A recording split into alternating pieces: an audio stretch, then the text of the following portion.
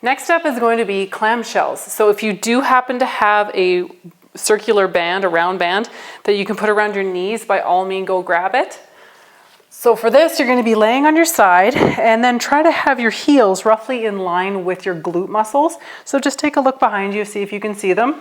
Bringing the knees in nice and bent. And I like to glue my heels together as I do clamshell openings versus just kind of moving the knee. I always find that if I can kind of engage all the muscles, I find it works better to get into the glute muscles deeper. So all you're going to be doing is lifting, contracting through that glute, and then back down to starting position. So you're going to be doing between 10 to 12 reps per side. Do these nice and slow. Really feel that muscle contracting.